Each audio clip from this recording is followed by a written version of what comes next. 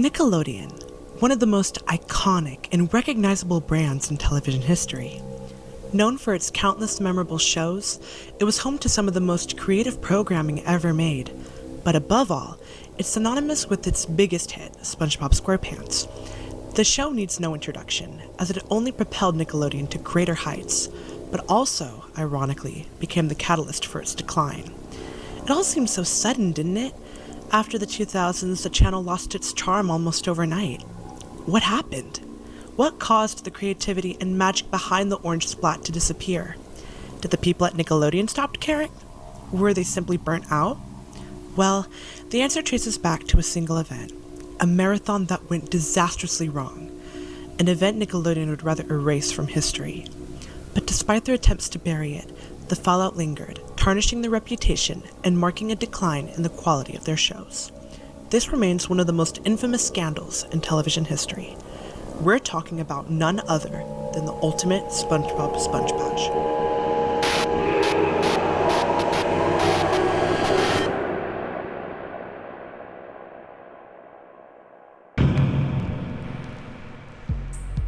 On July 17th, Nickelodeon hosted a special event to celebrate the 10th anniversary of SpongeBob SquarePants.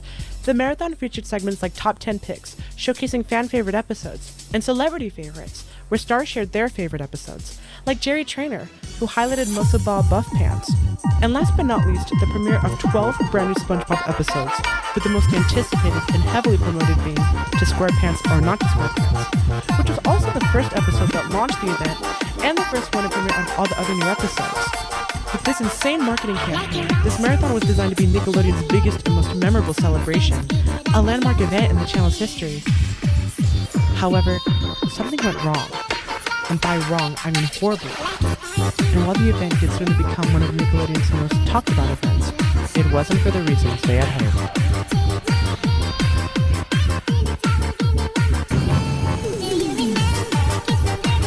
Something deeply troubling was happening behind the scenes of the animation studio. As SpongeBob SquarePants skyrocketed in popularity ever since the early 2000s, the studio became consumed by an insatiable hunger for profit. Profits that had to be made quickly, no matter the cost. And the ones that paid the price were the hardworking animators and staff. With SpongeBob's growing fame came swelling egos and unchecked arrogance among studio executives. By 2009, as the marathon approached, the relentless demand for more SpongeBob content translated into increasingly harsh working conditions. The atmosphere in the studio allegedly became unbearable. Employees described an environment where management was dismissive, deadlines that were just ridiculous, and staff that were overworked to the brink of exhaustion. The mental toll was immense, and the stress seeped into every frame of animation, part of the reason why the show's quality noticeably declined during this era. But this unsustainable cycle wouldn't and couldn't last forever.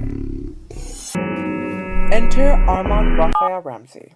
Armand joined Nickelodeon around 2003, and at first he was welcomed warmly by the staff and colleagues who would later become his friends.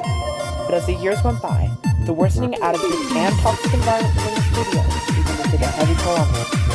The relentless stress, the impossible deadlines, the blatant disregard for the well-being of employees started to wear Armand down. His personality began to deteriorate. He became bitter, often wishing the worst for those around him, without even realizing what he was saying. Sleepless nights became the norm, and the overwhelming pressure even led to hallucinations. He could no longer endure it. The stress, the abuse, and the suffocating mantra of more SpongeBob echoed through every corner of the studio. To Armand, every employee had been reduced to nothing more than lifeless tools. Machines programmed to churn out profit, their voices silenced. Good news, everybody! We've been hacked! Armand made a Somebody logged into Jack and Joy Luffy, and probably the same person. Also Together, with a traded group of like trusted H friends twins. he had met at the studio, Armand devised a plan for revenge. They knew the ultimate SpongeBob Sponge Bash would attract millions of eyes to Nickelodeon, making it the perfect stage for their message. Their goal was clear: sabotage the marathon and expose the harsh reality behind the cheerful facade of the channel. They were determined to show the true face of Nickelodeon, no matter the consequences, for the whole world to see.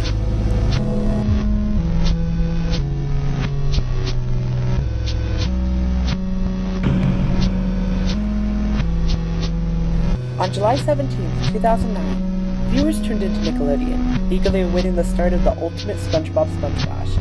Across forums and chat rooms, multiple Nickelodeon and SpongeBob fans gathered to share their excitement and expectations for what promised to be a historic marathon. But as the anticipation built, some viewers began to notice something odd. Something wasn't quite right with Nickelodeon's broadcast. Fortunately, 2 clips of these strange occurrences still exist, the iCarly and Dora the Explorer respectively, the latter coming from a YouTube upload that, surprisingly, has never been taken down. But here's the thing, these glitches weren't technical issues, they were something far more deliberate, an intentional act of sabotage, and yet most viewers didn't caught on. Take a look at these 2 clips and see if you can spot what's truly off about them.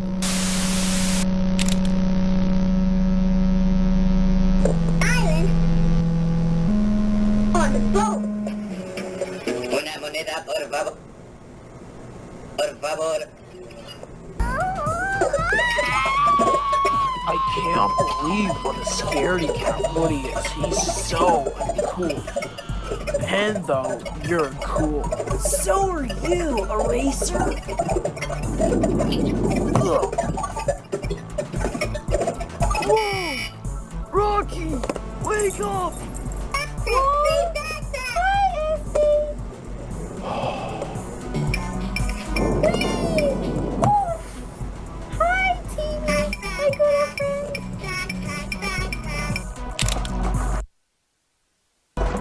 Plant or to the environment. Tiny, you're so dumb. Is that supposed to happen? No.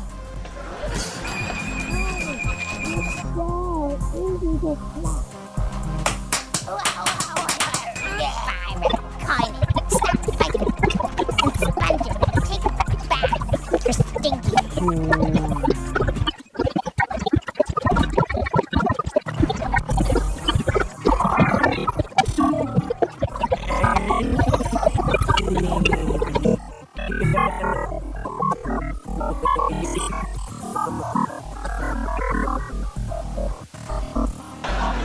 No, I don't.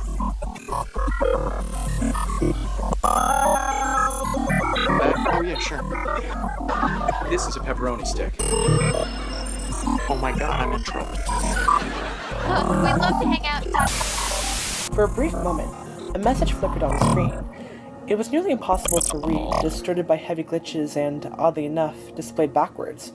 Whether this was an accident or an intentional choice is unknown to me. But after careful analysis, the message was clear. They were warning Nickelodeon to seize the entire event, or else they were going to ruin the marathon with these signal intrusions. As seen in these clips, Nickelodeon's engineers acted swiftly, restoring normal programming in a matter of seconds. We don't know if they ever noticed this cryptic message, but if they did, they likely dismissed it. To them, it must have seemed like a minor hiccup, something easily wiped away with the time, perhaps assuming it was the work of pranksters attempting to interfere with their signal. They were wrong. When the marathon finally began at 8 o'clock p.m., the real chaos was only just getting started. Thanks to the many SpongeBob fans who recorded the event live, VHS, DVD, or digital devices, nearly every strange occurrence from those 2 days of the marathon has been preserved. Recovering these recordings wasn't easy, but as of right now, we have access to most, if not all, of the anomalies that plagued the marathon. Most importantly, however, the recording of the alleged resignation letter. But more on that later. Each clip gets more disturbing than the last, escalating to points where Nickelodeon's engineers struggle with stopping intrusions, or, in some cases, couldn't stop them at all. Now, I'll play each recording that has been recovered and analyze them in detail where possible.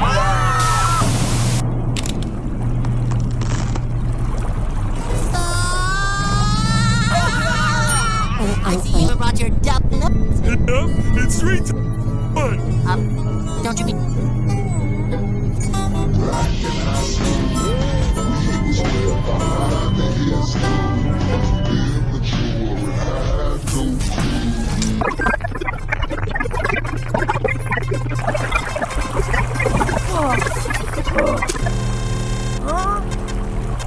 Guys, the finish! It's just 20 or so yards away! You heard me. Swim there! Panic is not But advised. I can't swim! Although it is.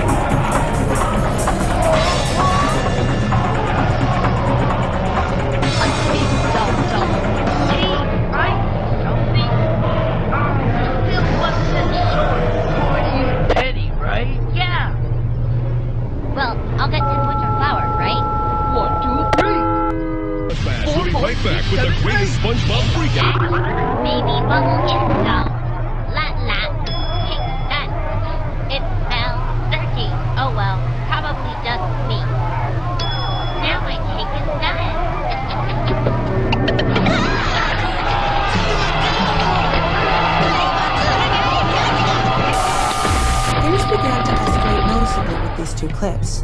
In the first clip, during an airing of the episode Pineapple Fever, the audio glitches out almost immediately, and suddenly SpongeBob and Patrick simply disappear. Adding to the strangeness, the message at the bottom of the screen changes, a clear indication that the perpetrators have infiltrated Nickelodeon's system, modifying the episode in text on screen.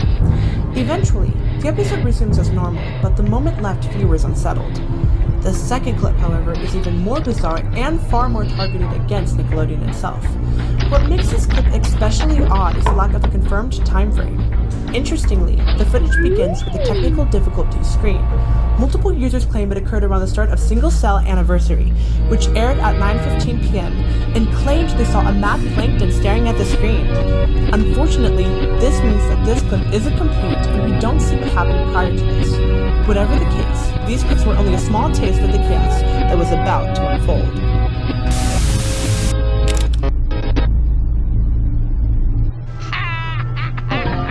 What's next? All-time French fry.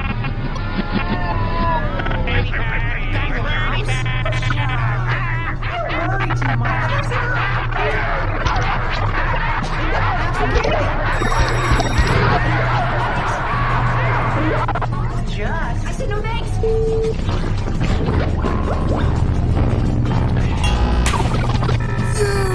Still winning to win it.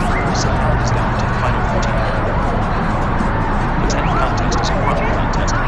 Fill your toes as high as you want to. Go. Eraser, you're not crying. Crying is for win.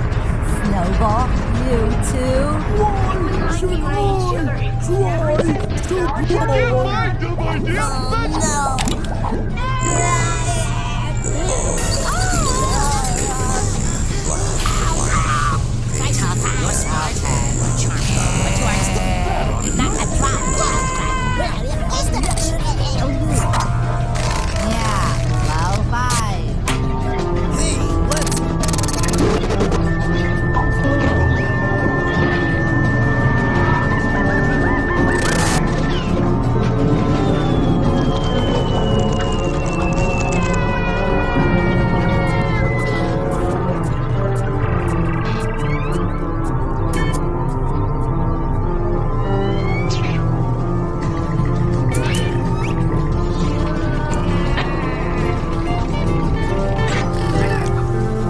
Oh, Things got serious now. In the first clip, seen from Patty Head, where Mr. Krabs and Squidward laugh at SpongeBob, it suddenly transforms into something deeply unsettling. Mr. Krabs and Squidward appear soulless, while SpongeBob seems to be hyperventilating. As for the second clip, well, let's just say I won't be sleeping tonight. They really should have let this episode play out normally. It was already grotesque enough on its own. By this point, it's no wonder that online forums were buzzing with shock and confusion over what was included. Little did they know, the situation was about to get worse.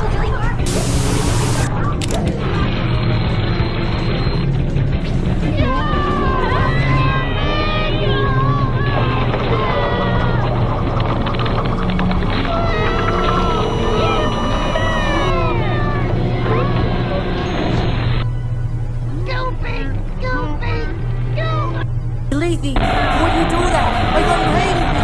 Well, I decided to arguments and a friendship. Oh, so let's be friends again. We're friends, and then we're not. Then we're friends, and then we're not. This is to make a very stable friendship. Oh, so now you do want to be friends. Well, I guess I'd rather go fight. At least you appreciate me.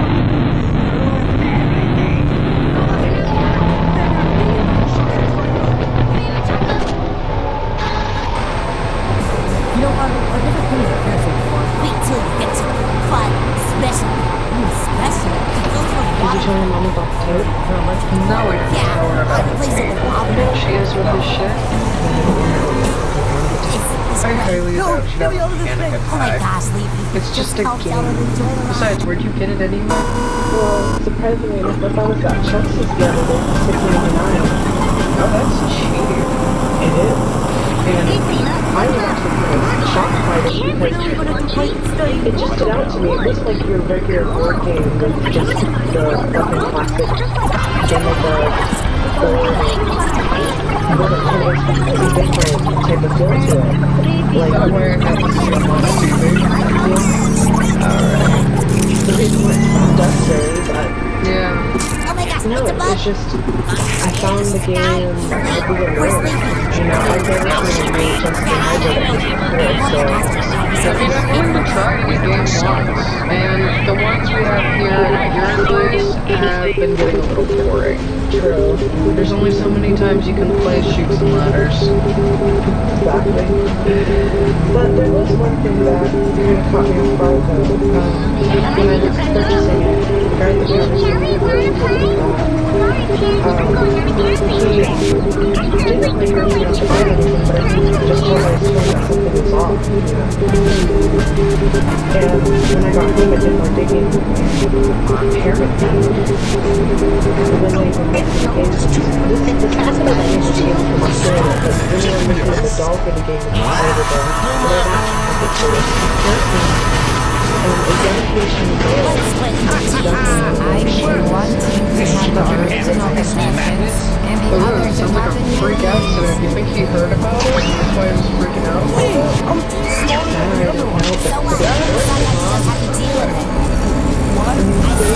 Sometimes he does have to deal with it. the mom got so scared she put curse on the doll. It's alleged that several copies of this game are known to have strange attachments to them or show different signals or signs to people that are unfathomably comprehensible. It's, I don't even know how to describe it. It sounds scary enough on paper, but it's like, I don't know, it's something that just is adding up to it, not in a good way. Adding up? What I hear is a lot of bullshit. That's what I hear. There's no way someone's gonna make me believe that a game is promising. We see the emotional signals SpongeBob captured during the game, and the takes to the entire system of Bob's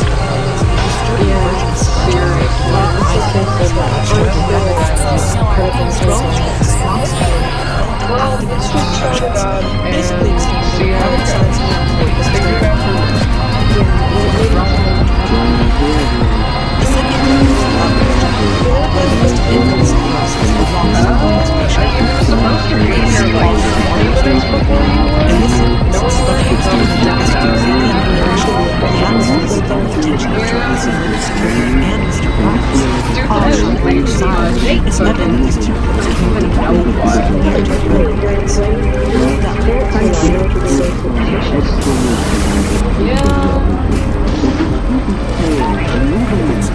I don't know if people can live with that kind of paranoia now.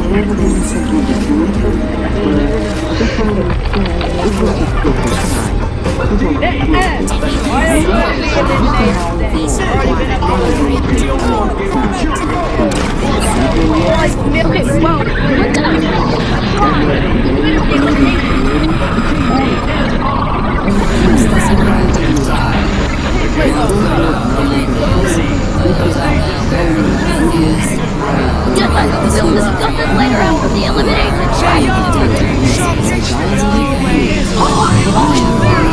Can we just wait till the elimination? Just wait on the playoff.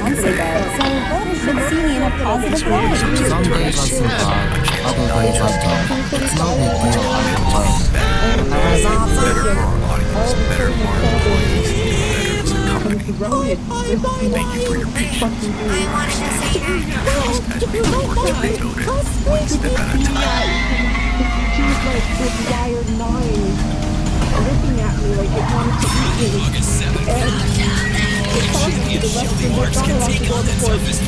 Jump in and lean on me. But then, out of nowhere, it appeared behind me. Currently, yesterday brought some shocking developments. The beloved TV channel, Nickelodeon, famous worldwide for iconic cartoons like SpongeBob SquarePants, Fairly OddParents, and many others, has found itself at the center of an escalating crisis, which started off as brief and puzzling as now spiraled into much more difficult. The concept of football was eventually delivered in a chilling final process. And now we're facing awesome staff members across the department. Primary concern is working conditions, wages, and allegations of mismanagement. You will be The hearing authorities have already identified a few people of interest, mainly the 27-year-old man, Marvin Raspy Ramsey, who was confirmed to have worked at the company and is said to be the head of all this. One thing is clear, it's a wake-up call for the entire broadcast. Because there isn't a point in why The ultimate SpongeBob sequel was done aired with new episodes scheduled, although the sequel attacks had already ceased. By this point, it was clear that many within the company were far from pleased. If given the choice, they might have canceled the marathon altogether. In the remaining 15 hours, news of the hijackings and the chaos behind the scenes at Nickelodeon had already begun to spread. Ironically, the marketing campaign appeared to backfire, drawing even more attention to the intrusions and making them the main reason why anyone was tuning in. The marathon concluded with the final reruns of The SquarePants and Not the SquarePants, followed by a live apology from Nickelodeon's team in response to the escalating backlash and a flood of angry fans. Needless to say, the event was a disaster. The so-called afterbash never happened, and Nickelodeon quickly distanced itself from anything related to the SpongeBob Sponge Bash, and so did the viewers of 2009. Everyone wanted to forget this intrusions I've made and to help the world move on. Faulty if you have made the wise choice of instead bowing for the power of mine elsewhere. But I was In retrospect, the ultimate SpongeBob Sponge Bash went from what was intended to be the biggest SpongeBob celebration ever into a pivotal moment for Nickelodeon, television history, and broadcast security management. I left many viewers traumatized, and Nickelodeon made extensive efforts to erase any trace of signal intrusions. These efforts were likely aimed at preventing reminders of the incident, shielding future audiences from such content, or perhaps continuing to hide the truth. As for Armand Raphael Ramsey, little is known about him. According to some sources, the FCC apprehended him many months later and he was arrested. However, details about his sentencing remain unclear along with the identities of his collaborators, as well as the methods they used to hijack the channel. It is believed that information about Armand has been kept confidential, though, ever since. Regarding the hijackings, some interruptions appear to have deeper meanings beyond shock value and damaging Nickelodeon's reputation. The Patty Hype interruption seemingly highlighted the bullying and mistreatment Armand and his colleagues endured at the studio. The Help Wanted interruption reflected intrusive, vengeful thoughts, possibly mirroring Armand's frustrations with the staff. The second-to-last interruption symbolized his resignation. With that said, however, many have questioned the extreme measures taken, like, hijacking a station. The actions of Armand and his accomplices have often been described, even by Nickelodeon's own team, as over-exaggerated or immature, especially considering the severe penalties for signal hijackings. While some argue that Nickelodeon deserved it, it's undeniable that the hijacking went too far. But regardless, they succeeded in their mission. Nickelodeon faced significant backlash, with numerous resignations and its reputation irreparably damaged. The channel has not been the same since.